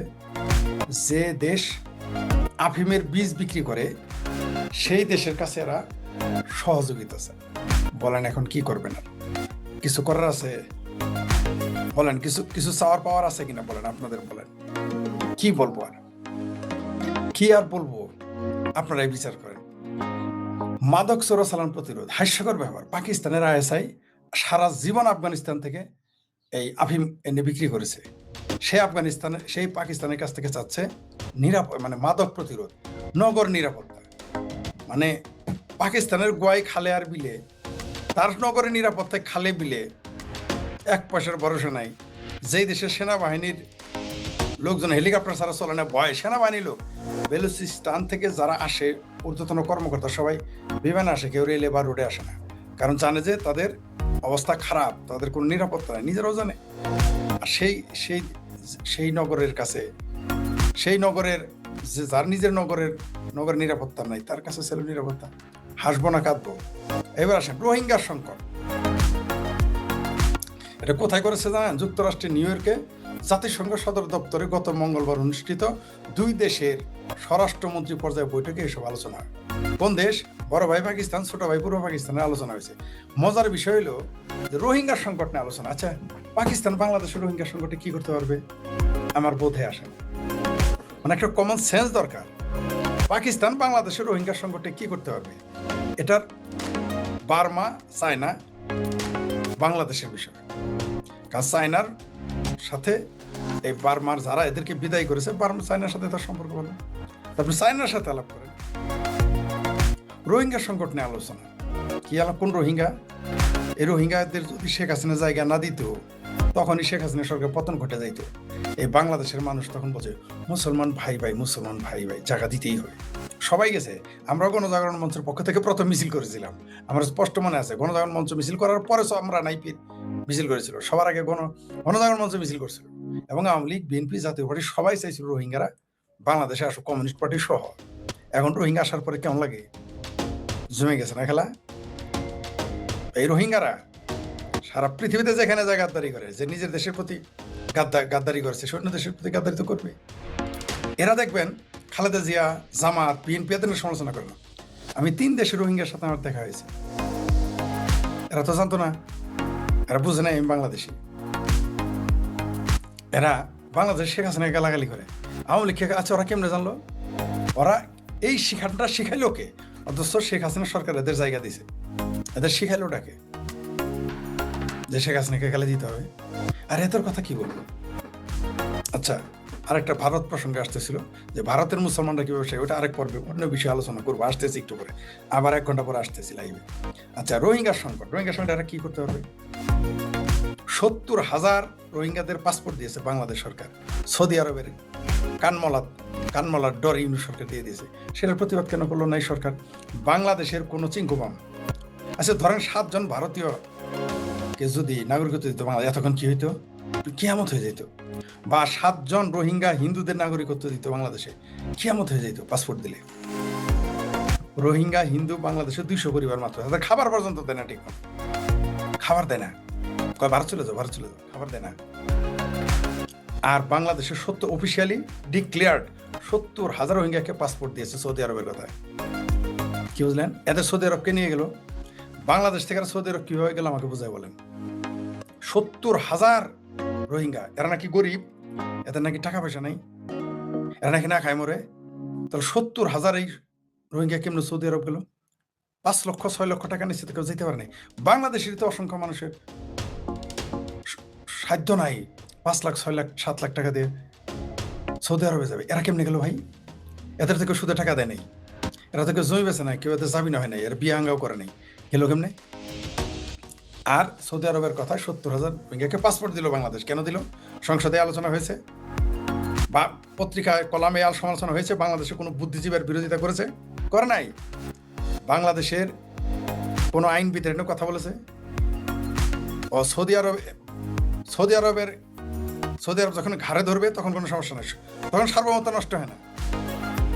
তখন সার্বভৌমত্ব নষ্ট হয় না। আরো মজার বিষয় বলি, এটা তো গেল সহযোগিতা চেয়েছে, আরো অন্যান্য সহযোগিতা, যে পাকিস্তান নিজে ভিখারি রাষ্ট্র হিসেবে, পাকিস্তান সারা পৃথিবীতে ভিখারি রাষ্ট্র হিসেবে পরিচিত, সেই রাষ্ট্রের কাছে আপনি কি সহযোগিতা চাইতে পারেন? আমার তো বোধে আসে না। বাংলাদেশের রপ্তানি উগান্ডার নিচে চলে গেছে। সবচেয়ে মজার বিষয়, তারেক রহমান বলেছেন আমাদের দেশের কাঁঠাল অত্যন্ত জনপ্রিয়, চীনের মানুষও কাঁঠাল খুব পছন্দ করে, ইনশাল্লাহ আমরা এই দেশ থেকে তাদের কাছে কাঁঠাল রপ্তানি করব। তারেক রহমান প্রধানমন্ত্রী। এই তো আগে নিউজ। আচ্ছা, ও শেখ হাসিনা যখন কাঁঠালের কথা যে বলেছিলেন মনে আছে? হাইরে ভাইরে টিটকারি দিয়েছিলেন, মনে আছে? ট্রল কত না করেছিলেন। তারা এখন কোথায়? যে সকল জামাতি, হেফাজতি, আমার বিএনপির ভাবির পোলারা, এই যে যে শেখ হাসিনা যখন বলেছিল কাঁঠালের কথা, অনেকের তো পিত্তি চলে গিয়েছিল। হায় হায়, আমার কি শোনাইলো শেখ হাসিনা। এখন ভালো লাগে। তারেক রহমান ওই কথা বললে ভালো লাগে না? শেখ হাসিনা বলে, তারেক রহমান বললে আরাম, শেখ হাসিনা বললে হারাম, তাই না? এখন তারা কোথায়? যারা শেখ হাসিনা কাঁঠালের কথা বলে সমালোচনা করেছিলেন, আমার অনেক শুভাকাঙ্ক্ষী সমালোচনা করেছেন, তারা এখন কোথায়? একটু এখানে ট্রল করে দেখান। এই যে দেখেন, পাকিস্তানে হামলায় সেনা ও পুলিশের 42 জন সদস্য নিহত। সেই দেশের কাছে নিরাপত্তা চায় আমাদের, সেই আমাদের স্বরাষ্ট্রমন্ত্রী। কি আর বলবো রে ভাই, হাসবো না কাঁদবো না বুঝে পারতেছি না। একটা অদ্ভুত ব্যাপার, এই যে একজন ডাক্তার, তার নাম হইল ডাক্তার আসিফ জানোয়ার, ও না থুকু আসিফ আনোয়ার। ডাক্তার আসিফ জানোয়ার নাকি আসিফ আনোয়ার পোস্ট দিয়েছে, এমন নারীকে বিয়ে করুন যে ঘরের চৌকাট পার হতে চাইলে আপনার অনুমতির প্রয়োজন বোধ করবে। নারী কি তোমার দাস? এরা আবার ডাক্তার হয়েছে। এরা হলো বাই চান্স ডাক্তার। এদের হওয়ার কথা ছিল কওমি মাদ্রাসার খাদেম, মসজিদের খাদেম, কওমি মাদ্রাসার তালেবে এলেম, সমানে ওই যে বলৎকার হবে আর না হলে বলৎকার করবে। এরা বাই চান্স ডাক্তার হয়ে গেছে। এদের রূপ কিন্তু পাল্টে না। এই জন্য আমি বলি, অনেকে আমার কথা সমালোচনা করেন, আমি বলি কিন্তু যে মুসলমান মদখোর হোক, লম্পট হোক, সন্ত্রাসী হোক, খুনি হোক, বদমাইশ হোক, বাটপার হোক, সুদখোরি হোক, চাই যত আকাম করুক, আর যত মূর্খ হোক, আর যত বড় উচ্চ শিক্ষিত হোক, মুসলমান কিন্তু মানুষ হয় না। আমার এই কথাই জানি, আমার অনেক শুভাকাঙ্ক্ষীরা আমার সাথে আমাকে ইসলাম বিদ্বেষী, মুসলমান বিদ্বেষী বলবেন। একজন ডাক্তার এই কথা বলেছে, একজন নারী কি তার দাস না দাসী? তার কথা উঠবে বসবে, তার কথা অনুমতি নিতে হবে কেন? আবার কেউ বলে মুসলমান পড়ালেখা কম করছে তাই জঙ্গি হয়। ভারতে যে ডাক্তার ধরা বললো তার মাসে 3-4 লাখ রুপি ইনকাম, সে জঙ্গি হয় নাই? বুয়েটের পোলাপান জঙ্গি হয় না? ওরা কি মূর্খ? ভারতে না হয় নির্যাতিত, বলে ভারতে নির্যাতিত হয়ে জঙ্গি হয়েছে। এটা আবার যুক্তি দেয় বামপন্থীরা। বাংলাদেশে মুসলমান কি নির্যাতিত, এখানে জঙ্গি হয় কেন? ঘটনা কি? পাকিস্তানে মুসলমানও কি নির্যাতিত, অন্য জঙ্গি হয় কেন? কি কারণে একটু বলবেন কি? অস্ট্রেলিয়া, কানাডা, ইউরোপে যারা যায় তারাও কি নির্যাতিত? এখান থেকে অ্যাজাইলাম নিয়ে গেছে, গিয়ে অ্যাজাইলাম চেয়েছে, সেখানে থেকেছে, সেই দেশেরই ক্ষতি করে। ওরাও কি অর্থনৈতিক কারণে? এই জন্য বলি, এই জন্য চাইনা বলেছে Islam is a mental disease, mental illness. এটা আমার কথা না, আমার উপরে যতই খেপেন, হাইরা আমারে গালাগালি করে মেসেজে, ভয়েস শেষে যখন দেখি না ভয়েস মেসেজও পাঠায়, ভয়েস মেসেজ পাঠায় গালাগালি করে। আমি বলেছি এটা, এই যে দেখেন ডাক্তার, এত জঙ্গি, এই মানসিকতা জঙ্গি। এই যে এই ডাক্তার, যে ডাক্তার আসিফ জানোয়ার নাকি আসিফ আনোয়ার ফেসবুকে যে পোস্ট করেছে, এর ডাক্তার হইলো কিভাবে? এত কবিরাজ হওয়ার কথা, এত জারফুক দেওয়ার কথা। যে এই দেশের ডাক্তার ইঞ্জিনিয়ার এই কথা বলে, ওই দেশে যে এই জন্যই বলা হয়েছে এই দেশে কিভাবে জঙ্গিবাদ ছড়িয়ে গেছে এখন দেখেছেন। এ কিন্তু পড়ছে শিবিরের কোচিং এ, তারপরে হয়ে গেছে লামাজহাবি, তারপরে লামাজহাবি মাইন্ড সেট আপ। লামাজহাবি মানে চরম নারী বিদ্বেষী হতে হবেই আপনাকে, হইতে পারবে না। এরা আবার শিক্ষিত। দেশটা এইভাবে জঙ্গিবাদ এবং মৌলবাদের দিকে যাচ্ছে। এই ব্যাপারে আমাদের বুদ্ধিজীবীরা কোনো দায়িত্ব পালন করেন নাই। যেই দেশের একজন ডাক্তার এই ধরনের জঙ্গিবাদী চেতনা নিয়ে থাকে, তার কারণ কি? কারণ এই দেশে এই দায় বুদ্ধিজীবীদের। এই দায় কি শেখ হাসিনার? এখন বলেন যে শেখ হাসিনার জন্য দায়ী। একটা ডাক্তার যখন মৌলবাদ, শেখ হাসিনার জন্য দায়ী। বলেন ওই ডাক্তারের শেখ হাসিনা পড়াইছিল ইউনিভার্সিটিতে, তার মেডিকেল কলেজে কি শেখ হাসিনা পড়াইছিল? ডাক্তার কারা? এই যে কেসকি বান্দির পোলা, অরিজিনাল কেসকি বান্দির পোলা, যা এই যে শাহরিয়ার আছে না, 2 মিনিটের মধ্যে শেষ করে দিচ্ছি। এই যে কেসকি বান্দির পোলা শাহরিয়ার আছে না, বলছে 71-এ 1,20,000 বিহারিকে বিনা অপরাধে হত্যা করেছে, তার বিচার আজ হয়নি। আমি জানতাম যে কেসকি বান্দির পোলা শাহরিয়ারটা, বুঝতে পারছেন? ছবি দেখাইতে পারি না কেন জানেন? আমি ভিডিও ছবি দেখাইতে চাই, পারি না কেন জানেন? যদিও নিজে পারি না, আমাদের আইটি সাপোর্ট নাই। এ বলছে এর আগে জানতাম এই শাহরিয়ার কবির বলছে 71 1,20,000 বিহারকে বিনা বিচার হত্যা করেছে, তার বিচারও আজও হয়নি। মানে 30 লাখ মানুষ মারছে, ওই বিচারের চিন্তা নাই। জামাতি তো এই কেসকি বান্দির পড়লো অরিজিনালি জামাতি, অরিজিনালি কামের বেটি পোলা, এখন দেখি যে বিহারির পোলাও। এর আগেও একবার কমরেড আনু বিহারি গিয়েছিল বিহারিদের বিচার নিয়ে সেমিনারে যোগ দিয়েছিল। এই কমরেড আনু বিহারি বেদে, কিন্তু মুক্তিযোদ্ধাদের নিয়ে কথা বলতে রাজি না এরা কেউ। সবচেয়ে মজার বিষয়, খেলাধুলা নিয়ে কিছু বলতে চাই না, তবু বলতে হয়, মানে কত বড় পাগল হইলে ফিফা সভাপতি ও রেফারির বিরুদ্ধে পক্ষপাতের অভিযোগে থানায় নোয়াখালীর তরুণ মামলা করতে গেছে। কত বড় উন্মাদ হইলে এটা সম্ভব। আরো একটা মজার বিষয়, সেটা হলো যে যুদ্ধ বিধ্বস্ত ইয়েমেনে হাজারো নারী উদ্যোক্তার পাশে গ্রামীণ ইয়েমেন ফাউন্ডেশন। বুঝতে পারছেন তো কোন বাটপার সেখানে চলে গেছে? এই ইউনুস সেখানেই যাবে যেখানে গরিব মানুষ শোষণ করা যাবে, রক্ত চোষা যাবে, সুদ খাওয়া যাবে, মানুষের রক্ত চিপে পয়সা না যাবে, সেইখানে ডক্টর ইউনুস তো আমেরিকায় গিয়ে ফাউন্ডেশন বানায় না, একবার বিদেশে গিয়েছিল, ইউরোপের কোন দেশে গিয়ে পুঁজি বাটা হারাই গেছে, কারণ ওই দেশে মানুষ এত পাগল হয় নাই যে 34% সুদ দিয়ে তোমার কাছে টাকা নিবে। সারা পৃথিবীতে গ্রামীণ ফাউন্ডেশন নিষিদ্ধ করে, এই গ্রামীণের এই এনজিও যারা 34% ইন্টারেস্ট, এদের নিষিদ্ধ করা উচিত, দ্রুত নিষিদ্ধ গেছে ইয়েমেনে। কারণ ওই যে ইয়েমেনে গরিব, চিন্তা করে দেখেন, যেখানেই গরিব মানুষ সেখানে গিয়ে এই ডক্টর ইউনুসের মতো পাটপাড়ারা সেখানে গিয়ে শোষণ শুরু করে দেয়। আমাকে ফাইনালি করার কথা ছিল এবং আমি প্ল্যানও করেছিলাম যে ভারতে মহাভারত মাইক্রো ক্রেডিট নামে একটা করতে চেয়েছিলাম, কিন্তু ওটা করবো না, কারণ মাইক্রো ক্রেডিট মানে মানুষকে খুব শোষণ করে, একটা পাটপাড়ি, এটা করবো না। ব্যাংক করতে পারলে করুন, হলে নাই, করবো না কোনোদিন। আর বাংলাদেশে আমার মাইক্রো ক্রেডিটের জন্য একজন আমাকে প্রস্তাব দিয়েছিল, ইনভেস্টও করতে চেয়েছে, আমি করি নাই, করতে গিয়ে করি নাই, আমার কাছে আমি পারলামই না করে আরেকবার করতে গেছি, সব রেজিস্ট্রেশন সব করব, সকল পরিকল্পনা আমরা কনফার্ম করছি, বাংলাদেশে মাইক্রো ক্রেডিট খুলবো, এই যে গ্রামীণ ব্যাংকের মতো বা আশার মতো। ভাই আমার মনে টানে নাই, মানুষকে এত শোষণ আমি করতে পারবো না ভাই, পারবোই না, আমি এত শোষণ জুলুম করতে পারবো না। এইখানে আমার সেই শুভাকাঙ্ক্ষীরা আছে যারা আমাকে শুরুতেই তারা আমাকে 10 কোটি টাকা দিতে চেয়েছিলেন যে যাতে মাইক্রো ক্রেডিট ওখানে খুলি বাংলাদেশে। আমি বলছি পারবো না, অন্য কিছু করো, অন্য কিছুতে আমরা হাত দিয়েছি, এটা করতে পারবো না, পারবোই না, আমি ব্যাংক করতে পারবো। ভারতেও আমরা করতে চেয়েছিলাম, মহাভারত নাম দিয়ে করতে চেয়েছিলাম, মহাভারত ফাউন্ডেশন নাম দিয়ে আমরা করতে চেয়েছিলাম মাইক্রো ক্রেডিট, কিন্তু না, আমরা মাইক্রো ক্রেডিটে যাব না, করলে যদি কোনোদিন পারি ব্যাংক করবো, নচেত আমরা করবো না, ঠিক আছে? তবে ভবিষ্যতে সম্ভাবনা আছে ব্যাংক হিসেবে, যদি মাইক্রো ক্রেডিট আমরা যাবো না। এই যুদ্ধ বিধ্বস্ত এখানে চলে গেছে, মানুষের শোষণ আমরা করতে পারবো না। আচ্ছা, তারপরে দেখি সবচেয়ে হাস্যকর ব্যাপার, আমাদের পেতিপাড়া, মান্না ভাইয়ের পেতিপাড়া, বর্তমানে তারেক রহমানের পাড়া, বলছে জনগণের স্বার্থে বেশি দামে গম কেনা হয়েছে। আলাপ শুনছেন? জনগণের স্বার্থে নাকি বেশি দামে গম, সব জনগণের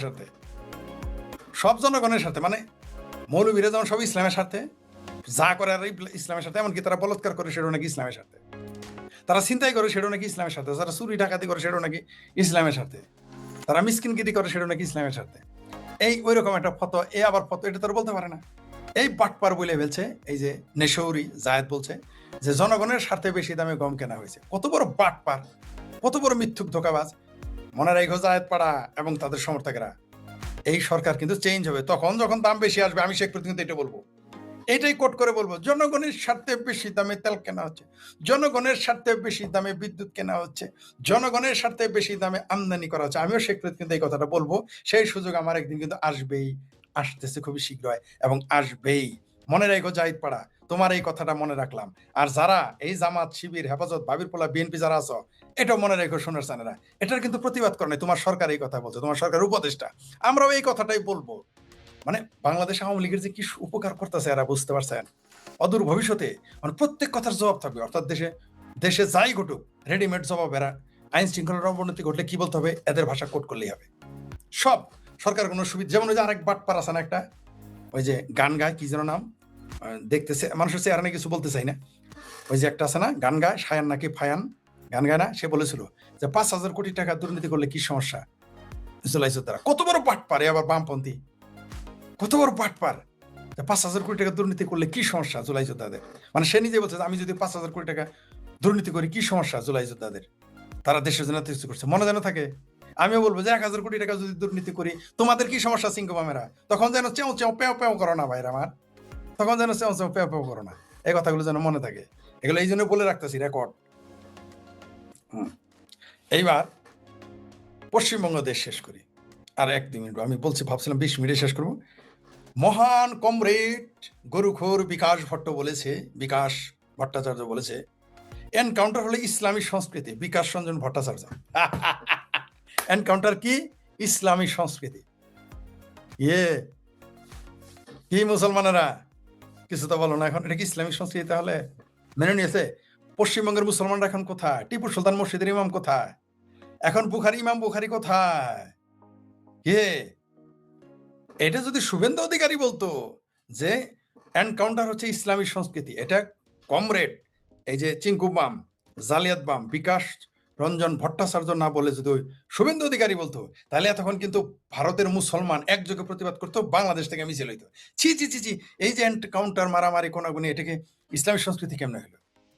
কিন্তু এটা বিকাশ রঞ্জন ভট্ট বলেছে কোনো সমস্যা নাই আর, কারণ কমরেড বলেছে তো, কারণ কমরেড, সেই জন্য আমি বলি মোহাম্মদিস্ট আর মার্কসিস্ট দিন শেষে এরা এক বন্ধু, মিলে গেছে। দিন শেষে এরা আবার আমেরিকার বন্ধু, কিন্তু চাপা মারে দুইজনই। মোহাম্মদিস্টেরও ইসলামের, এরা মার্কিন বিরোধিতা করে, মার্কসিস্টেরাও আমেরিকার বিরোধিতা করে, এরাও আবার আমেরিকায় গিয়ে থাকে। ঠিক আছে, কি বুঝলেন? জি, ধন্যবাদ। আজকে এই পর্যন্ত থাক, আবার কথা হবে।